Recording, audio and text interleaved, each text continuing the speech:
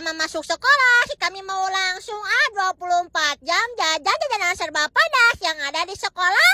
Mani udah kangen banget, si kami teh pengen jajan di sekolahan. Sekarang edisi SD Lengkong kecil. Yang pertama, si kami teh udah kangen banget makan basreng di sini. Ya udah Bu, beli aja 5 ribuan campur dipakein basbut, dipakein basreng juga. Bismillahirrahmanirrahim. Pas dimakan teh wah, basreng di sini mah selalu enak, bumbunya teh bener-bener ciri khas banget gitu. Apalagi sekarang mah dipakein chili oil kayak gini. Wah, jadi tambah pedas. Sebelah ibu yang jualan basreng ada si Amang tukang seblak. Iya mah tukang seblak anu pangbageun nama 10.000 udah dapat 4 topping sama pakai telur juga. Wah, bener-bener si Amangnya baik pisan ini mah. Pas dimakan teh wah, walaupun porsinya banyak, si Amang bikinnya nggak asal-asalan. 10.000 sebanyak ini bener-bener worth it banget. Ini mah dijamin kenyang kalau makan ini mah. Sebelah si Amang tukang seblak ada si Amang tukang telur gulung. Wah, ini udah kangen pisan sih kami teh sama telur gulung. Ya udah Mang, beli aja 5.000, ternyata masih dapat 5, jadi satu teh masih 1.000-an.